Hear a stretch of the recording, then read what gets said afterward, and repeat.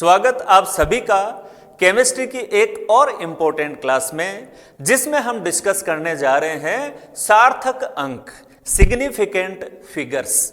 सार्थक अंक क्या होते हैं, किसी भी मापन में सार्थक अंकों की कैलकुलेशन किस प्रकार से की जाती है, इसके क्या क्या रूल्स हैं, सार्थक अंकों की इंपॉर्टेंस क्या है किसी भी मापन में, इन सारी बातों को आज के इस लेक्चर में हम डिस्कस करने जा रहे हैं। तो सबसे पहले आप नोटबुक में हेडिंग डाल लें, सार्थक अंक, सिग्निफिकेंट फिगर्स। सार्थक अंक, सिग्निफिकेंट फिगर्स। तो देखो बच्चों, कोई भी मापन होता है उसमें अनिश्चितता, अनसर्टेनिटी जरूर रहती है। अनिश्चितता किसी भी मापन में रहने के दो कारण हैं। एक तो मापन करने वाला जो व्यक्ति है उसके कौशल में, उसकी दक्षता में, उसके स्किल में कमी हो सकती है, उसको मापन सही ढंग से करना नहीं आ रहा हो, इस वजह से थोड़ी अनिश्चितता मापन में रहती है। दूसरा कारण होता है मापन के लिए जो इंस्ट्रूमेंट, जो उपकरण आप काम में ले रहे हैं, उसकी लिमिटेशंस के कारण से मापन में अनिश्चितता रहती है।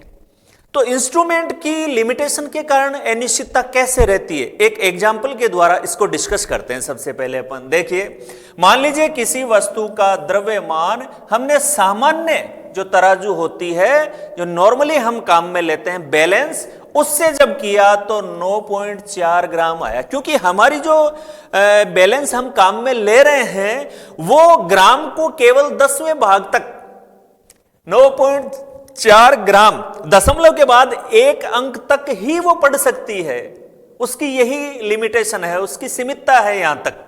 तो 9.4 ग्राम आ गया। अब इसमें 9.4 ग्राम रीडिंग आई तो 9.4 जो है, इसमें 4 में अनिश्चितता है, अनसर्टेनिटी है कि वो एग्जैक्ट 4 है या 4 से हल्का सा स्लाइटली ज्यादा है या 4 से हल्का सा स्लाइटली कम है, निश्चित नहीं है। इसी द्रव्यमान को यदि जो हम लेबोरेटरी में जो एनालिटिकल बैलेंस काम में लेते हैं, इसी द्रव्यमान को अगर उस एनालिटिकल बैलेंस पर हम देखें तो उसकी रीडिंग आती है 9.4213। यानी वो जो एनालिटिकल बैलेंस है उसकी कैपेसिटी दशमलव के बाद 4 डिजिट तक वो ग्राम में द्रव्यमान को माप सकती है ना। इस वजह से देखो, अब एक्चुअल में इन दोनों को यदि हम कंपेयर करें तो देखिए आप, एनालिटिकल जो हमारी वैश्लेषिक तुला है, एनालिटिकल जो हमारी बैलेंस है, उससे जो द्रव्यमान मास आया है इसका, वो देखिए इससे स्लाइटली ज्यादा है, हल्का सा अधिक है उससे। इसमें 9.4 था, ये 9.42 है। तो इससे ये बात क्लियर होती है कि कोई भी मापन होता है, उस मापन का जो अंतिम डिजिट है, लास्ट की जो डिजिट है, उसमें हमेशा अनिश्चितता रहती है, उसमें हमेशा अनसर्टेनिटी रहती है। अब ये जो उपकरण की जो लिमिटेशन होती है, उपकरण की जो सीमितता होती है, एक और व्यवहारिक एग्जांपल से इस बात को अच्छे से समझते हैं। ज्योमेट्री बॉक्स में जो स्केल काम में लेते हैं आप, जिसमें 1 से लेकर 15 तक सेंटीमीटर उसके ऊपर रहते हैं, जो स्केल आप काम में लेते हैं, उस स्केल को हल्का सा हम डिस्कस कर लेते हैं, उससे ये बात और अच्छे से आपके समझ में आ जाएगी। जैसे मान लीजिए उस पे यहां तक उस पे है 12 सेंटीमीटर में लिखे हुए होते हैं उसके ऊपर मापन, और यहां ये हो गया उसमें 13 है सपोज कीजिए आप, ठीक है। और उसमें 1 सेंटीमीटर होता है, वो 10 भागों में बंटा हुआ रहता है, आपको पता है। 1 2 3 4 5 6 7 8 और 9 और 10, ये हो गया, यहां है 13 सेंटीमीटर इसमें, ठीक है। तो 10 भागों में वो बंटा हुआ है। इसका मतलब वो सेंटीमीटर के 10वें भाग तक किसी भी लंबाई को माप सकती है वो स्केल। अब मान लीजिए किसी छड़ की, किसी रोड की लंबाई ले रहे हैं, और उसकी लंबाई, देखना मेरी बात को समझना आप, कि मान लीजिए उसकी लंबाई आ गई यहां तक आई, एक सिरे से लेकर जब आपने उस रोड का मापन किया तो यहां तक आई। अब आप यहां से शुरू किया आपने कि यहां तो एग्जैक्ट 12 है, ये 12.1, ये 12.2 और ये 12.3 है।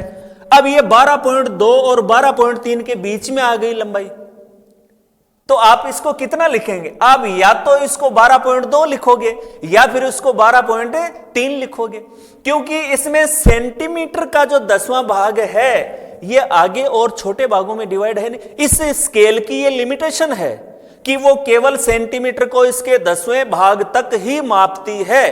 तो अब या तो 12.2 लिखो इसको या 12 इसको आप 3 लिखो। तो लास्ट का जो अंक है उसमें तो अनिश्चितता रह गई। अगर हम ऐसी कोई स्केल काम में लें जिसमें सेंटीमीटर 100 भागों तक बंटा हुआ है तो वो इसका एग्जैक्ट मापन कर सकती है।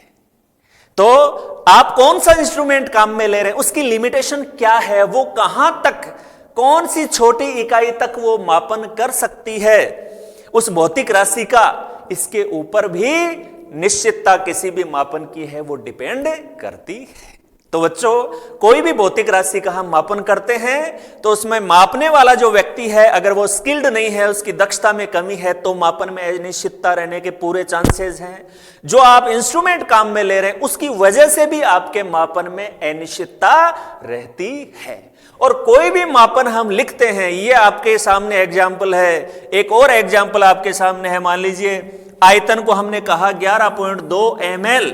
कोई भी मापन हम लिखते हैं उसकी खास बात होती है कि उसकी लास्ट की जो डिजिट है वो होती है अनिश्चित, अनसर्टेन, डाउटफुल होती है वो, और उससे पहले वाली जितनी भी डिजिट होती हैं वो होती हैं सर्टेन, निश्चित। जैसे मान लीजिए इसकी बात करें हम, तो इसमें 9 और उसके बाद 4, 2, 1, ये सारी डिजिट हैं वो तो क्या है, निश्चित है, सर्टेन है। और लास्ट वाली ये जो 3 है वो क्या रहेगी, अनिश्चित, अनसर्टेन रहेगी, डाउटफुल रहेगी। जैसे 11.2 ml है तो इसमें जो 11 है वो निश्चित है, सर्टेन है, लेकिन लास्ट वाली जो डिजिट है उसमें हम कह नहीं सकते कि वो एग्जैक्ट 0 जो दशमलव के बाद 2 है, अब वो एग्जैक्ट 2 है या 2 से स्लाइटली थोड़ा सा ज्यादा है या स्लाइटली थोड़ा सा कम है, हम कह नहीं सकते।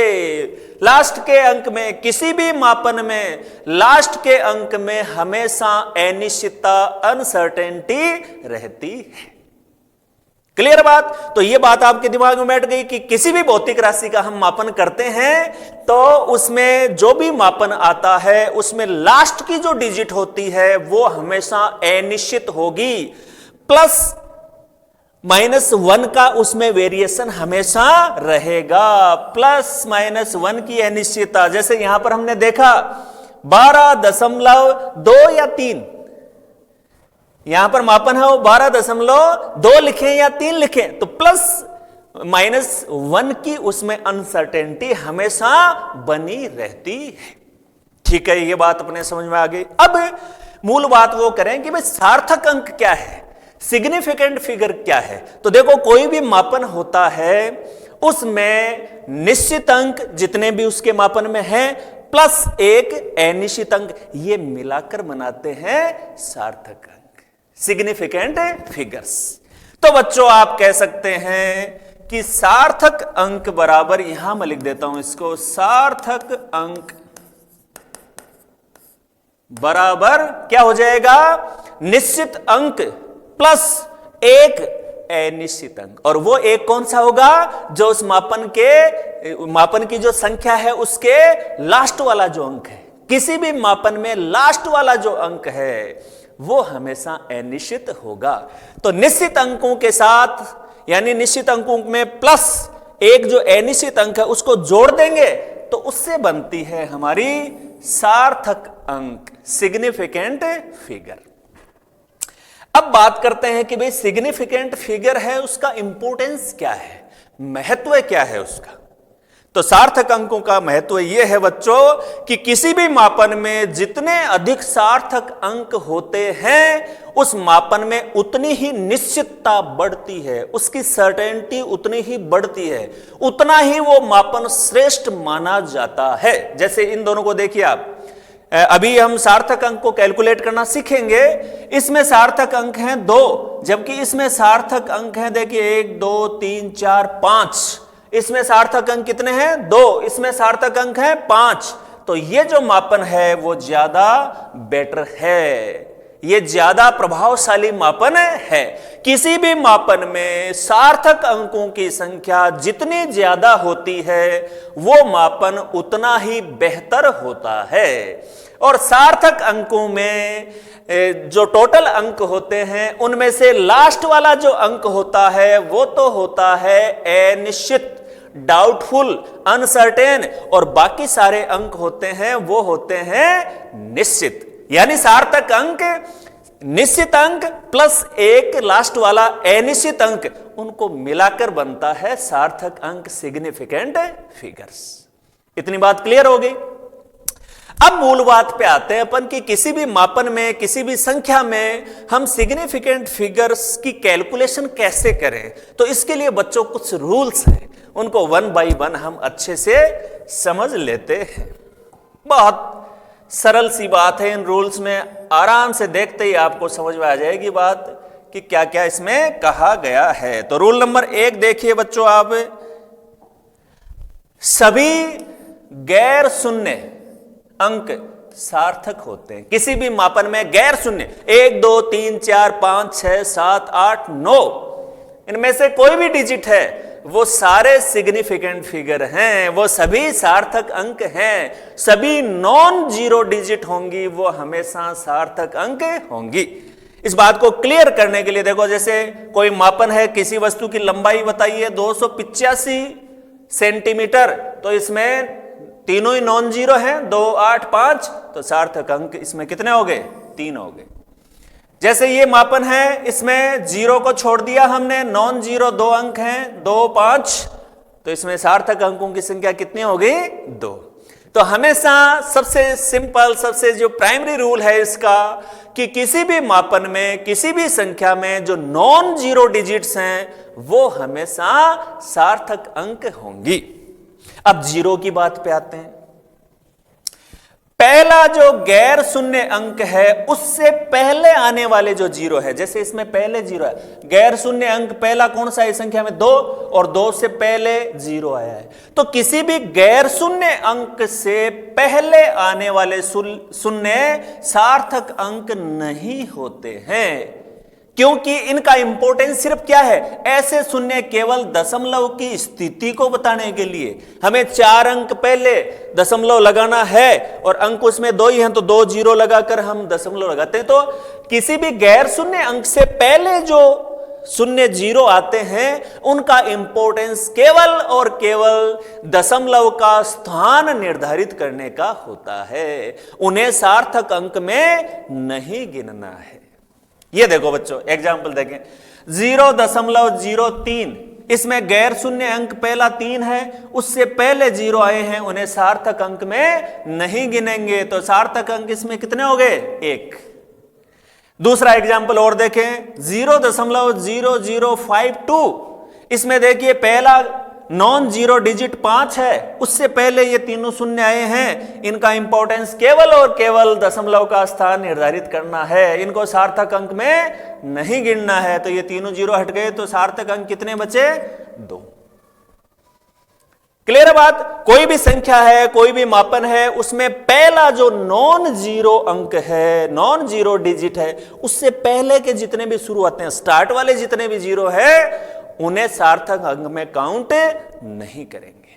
चलिए तीसरा, यदि 2 नॉन जीरो, 2 गैर शून्य अंकों के बीच में आ जाएं, अगर जीरो बीच में ट्रैप्ड हैं, इधर बाईं तरफ भी उसके नॉन जीरो डिजिट है, दाईं तरफ भी उसके नॉन जीरो डिजिट है, बीच में जितने भी जीरो आ रहे हैं वो सारे के सारे सिग्निफिकेंट फिगर में गिने जाएंगे।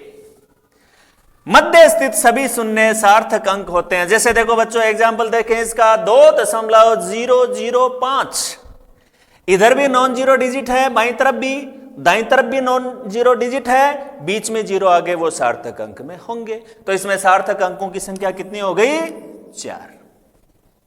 क्लियर है बात। चलिए अब इसके बाद चौथा पॉइंट देखें कि शुरू में जीरो आए वो भी क्लियर कर लिया हमने, बीच में जीरो आते हैं वो भी क्लियर कर लिया, अब लास्ट वाले जीरो बच गए, उनको और देख लेते हैं। तो किसी भी अंक के दाईं ओर या किसी भी संख्या के अंत में आने वाले शून्य होते हैं वो सार्थक अंक होते हैं, लेकिन परंतु उसके लिए शर्त है क्या कि वे दशमलव के दाईं ओर स्थित होने चाहिए। यानी किसी भी मापन के लास्ट में जो जीरो आते हैं वो सार्थक अंक में शामिल होंगे या नहीं होंगे, दोनों बातें हैं।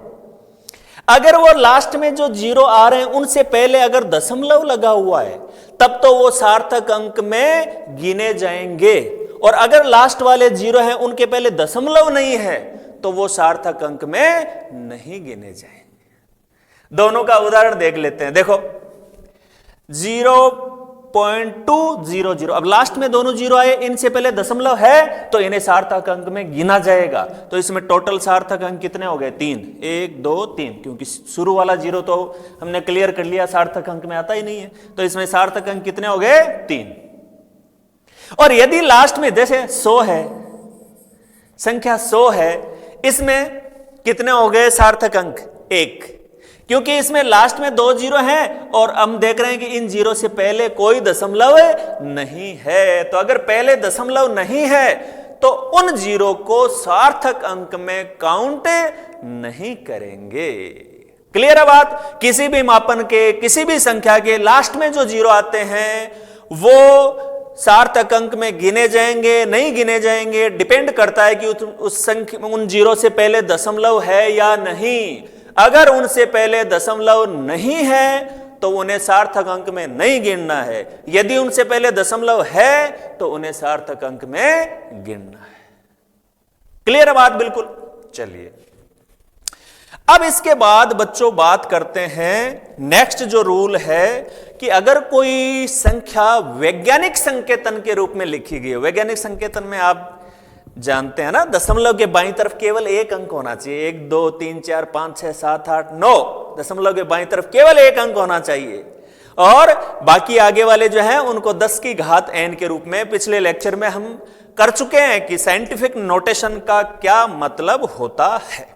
तो अगर वैज्ञानिक संकेतन के रूप में प्यारे बच्चों कोई मापन लिखा हुआ है तो उसको कैसे लिखेंगे, इसके लिए देखो वैज्ञानिक संकेतन वाली जो बात है बच्चों वो बिल्कुल क्लियर है कि उसमें अपने को क्या करना है वैज्ञानिक संकेतन में, कि जो घात है उसका सार्थक अंक में कोई लेना देना नहीं है। जैसे ये वैज्ञानिक संकेतन का यहां देखें, आप एग्जाम्पल देखें वैज्ञानिक संकेतन का, इससे बात अपने बिल्कुल क्लियर हो जाएगी। ये देखिए वैज्ञानिक संकेतन का एग्जाम्पल, जैसे यहां लिखा है 1 गुणा 10 की पावर 2, तो घात का कोई लेना देना नहीं होता है सार्थक अंक के साथ। उसके बाद संख्या क्या है वो देखेंगे, 1 गुणा 10 की घात 2, तो यहां संख्या है 1, तो सार्थक अंक कितने हो गए इसमें? 1। अगर इसी वैज्ञानिक संकेतन के रूप में हम लिखते हैं, अगर ये लिखा हुआ है 1.00, तो अब लास्ट वाले जीरो हैं उनसे पहले दशमलव आ गया, और जीरो से पहले दशमलव आता है तो उन्हें सार्थक अंक में गिना जाता है। तो इसमें सार्थक अंकों की जो संख्या है वो बच्चों कितनी हो गई? 3। कितनी हो गई? 3। इसमें सार्थक अंक हो जाएंगे 3। तो कहने का मतलब कोई भी मापन कोई भी संख्या अगर वैज्ञानिक संकेतन में लिखी हुई है तो वैज्ञानिक संकेतन आपको अच्छे से ध्यान में है कि हम किस रूप में लिखते हैं? n गुणा 10 की घात स्मॉल n।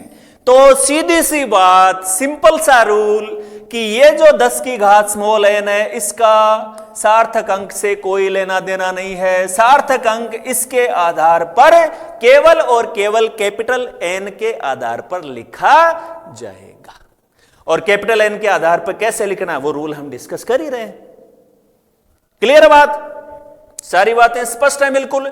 जैसे वैज्ञानिक संकेतन वाला एक उदाहरण और ले लूं, मैं कह दूं 4.600 गुणा 10 की घात 8, ऐसे लिख दिया मैंने इसका।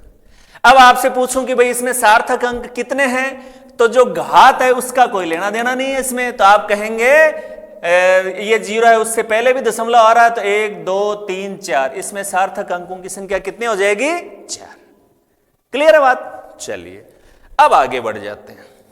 अब सार्थक अंकों में लास्ट में बच्चों एक पॉइंट अपने को डिस्कस करना है और वो ये रहा आपके सामने, 5वां पॉइंट, वस्तुओं की गिनती।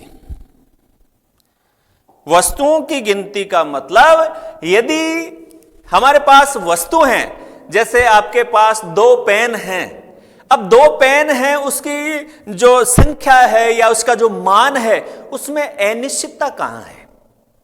क्या उसमें किसी प्रकार की कोई अनिश्चितता संख्या है? आप क्लास में 20 बच्चे हैं कि क्लास में कितने बच्चे बैठे हैं इस समय?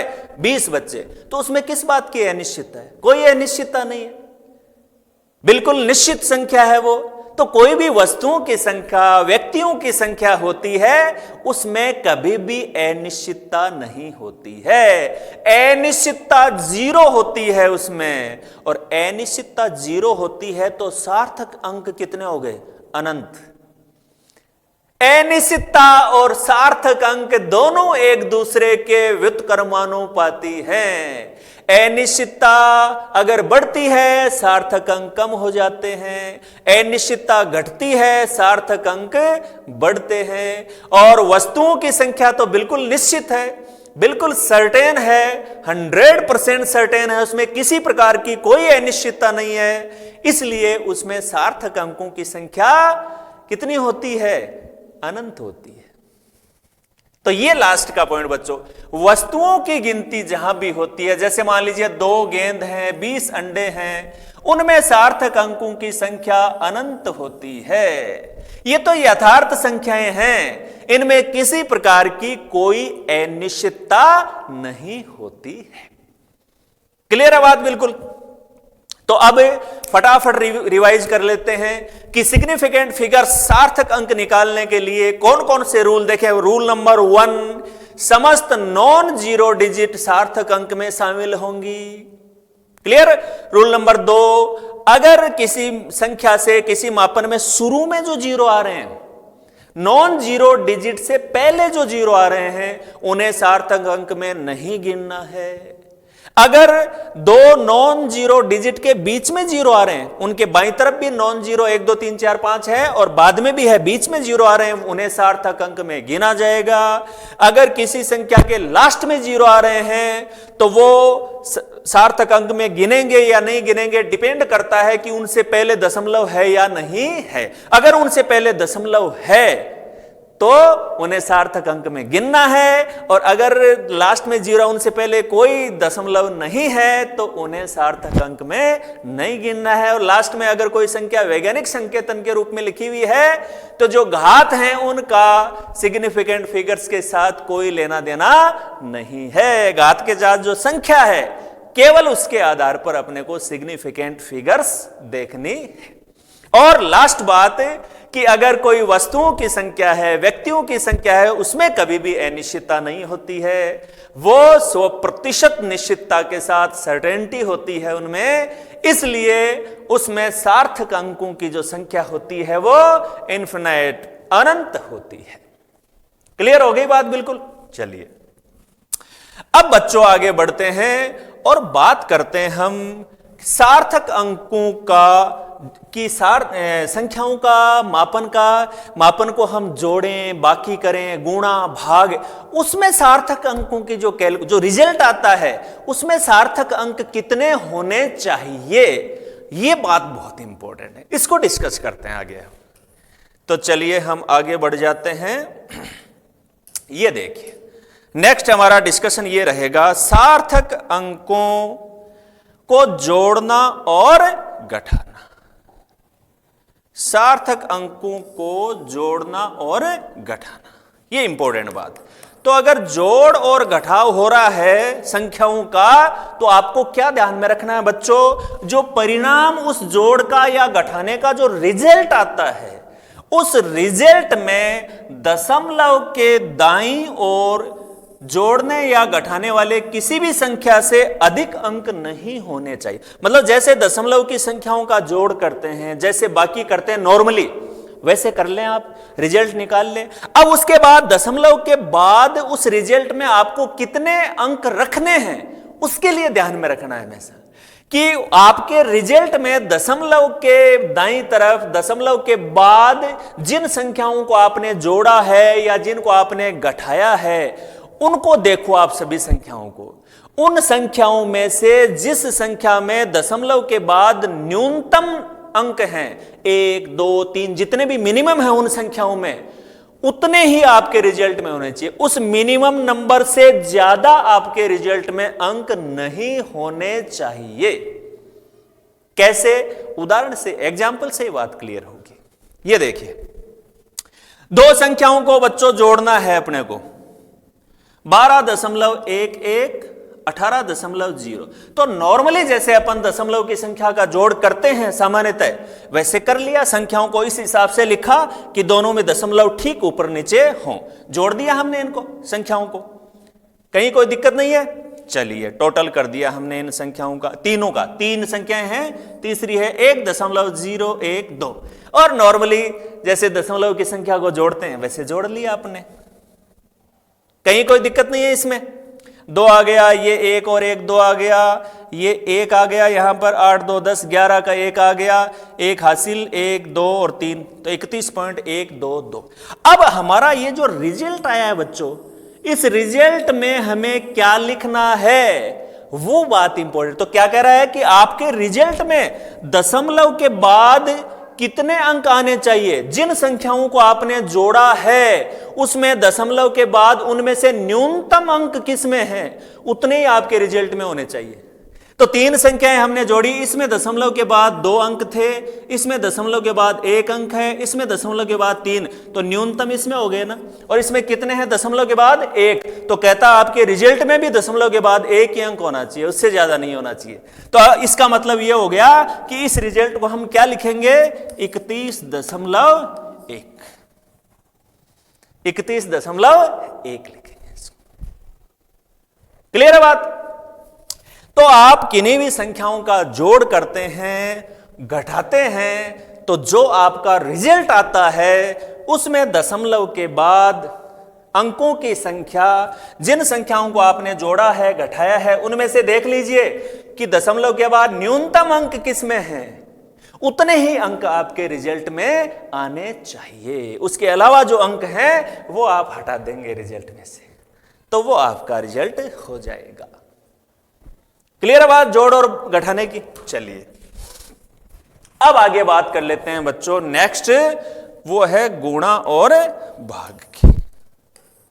चलिए, गुणा और भाग का क्या रूल है उसको और डिस्कस कर लेते हैं। ये देखिए आपके सामने आ गया गुणा और भाग।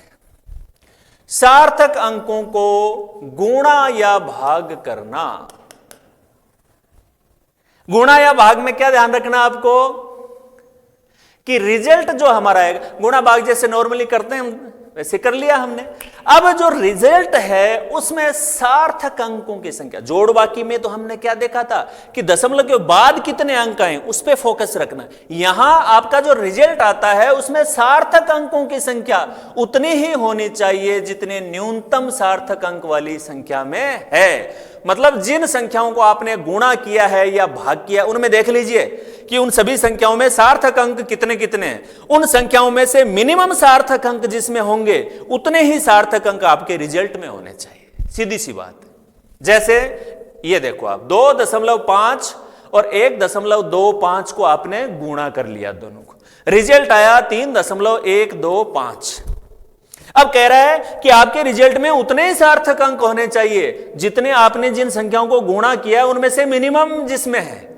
अब इन संख्याओं को गुणा किया, इसमें तो सार्थक अंक है देखो 2 और इसमें सार्थक अंक है 3, तो मिनिमम 2 हो गए ना। तो कह रहा आपके रिजल्ट में सार्थक अंक मिनिमम जो संख्या है 2 वाली उससे ज्यादा नहीं होने चाहिए। तो इसका मतलब आपको इतना ही लिखना है इसको 3.1। तो 3.1 इसका मान होना चाहिए। तो आप संख्याओं का जोड़ और बाकी करते हैं उस समय तो दशमलव के बाद कितने अंक रखने हैं ये इस पे फोकस रखना है आपको। जिन संख्याओं को जोड़ा या घटाया उनमें से मिनिमम किसमें है दशमलव के बाद, उतने ही आपके रिजल्ट में होने चाहिए। और गुणा और भाग जब आप करते हैं तो पहले उसका गुणा भाग कर लीजिए। आपका जो रिजल्ट आता है उसमें आपको सार्थक अंक उतने ही रखने हैं जितने आपने जिन संख्याओं को गुणा किया है उन संख्याओं में से मिनिमम सार्थक अंक जिस संख्या में है उसके बराबर ही सार्थक अंक आपके रिजल्ट में होने चाहिए। अब ऐसा करते हैं तो बच्चों आप देख रहे हैं जैसे इसमें 2 अंक हटाए हमने, लास्ट वाले 5 हटाया, 2 हटाया, है ना। तो जब अगला अंक हटाते हैं, संख्या को राउंड ऑफ करते हैं हम, तो उसमें कौन सी बातों का ध्यान रखना चाहिए ये भी हमें पता होना चाहिए कि अगला अंक हटाते हैं तो जो अंक बचता है उसके ऊपर उसका क्या प्रभाव पड़ता है। इनको कहते हैं संख्याओं का निकटतम मान, संख्याओं का निकटन, राउंडिंग ऑफ। तो संख्याओं को राउंड ऑफ कैसे करें, क्योंकि जोड़ बाकी गुणा भाग इसमें आप देख रहे हैं हमें लास्ट के कुछ अंक हटाने पड़ रहे हैं। तो जब लास्ट के कुछ अंक हम हटाते हैं तो हम उसके क्या रूल हैं, लास्ट का अंक आप हटा रहे हैं वो कितना है, 1 है या 8 है या 9 है, और जिसको हटा रहे हैं जो बच रहा है लास्ट में उस पर उसका क्या इफेक्ट है, उसके रूल, उसके जो नियम है वो हमें पता होना चाहिए। और संख्याओं में से अंकों को कम करने की ये जो प्रक्रिया है राउंडिंग ऑफ, इसमें बच्चों क्या क्या, वैसे तो ये 9th 10th में ये बातें आ जाती हैं आप जानते हैं, फिर भी एक बार फटाफट इनको हम डिस्कस कर लेते हैं।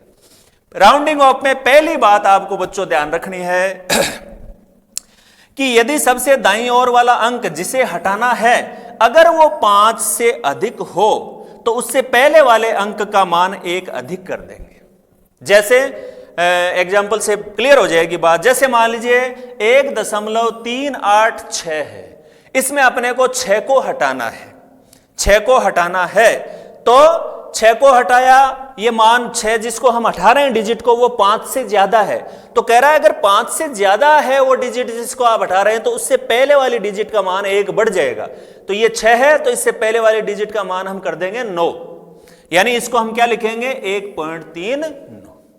तो किसी भी संख्या में से लास्ट की जिस डिजिट को आप हटा रहे हैं अगर उस डिजिट का मान 5 से अधिक है तो उससे पहले वाली डिजिट है उसका मान 1 बढ़ जाएगा।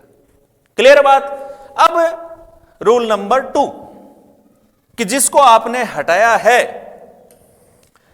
अगर वो 5 से कम है तो, अगर वो 5 से बच्चों कम है तो पहले वाले अंक पे कोई प्रभाव नहीं पड़ेगा। ये देखिए रूल नंबर 2, यदि हटाया जाने वाला अंक 5 से कम है तो उससे पहले वाले अंक को बदला नहीं जाएगा, कोई इफेक्ट नहीं। जैसे मान लीजिए 4.334 में से अपने को 4 को हटाना है, तो 4 को हटाना है, ये 5 से कम है तो उससे पहले वाला जो अंक है 3 उस पर कोई असर नहीं पड़ा, 4.33 लिख दिया उसको।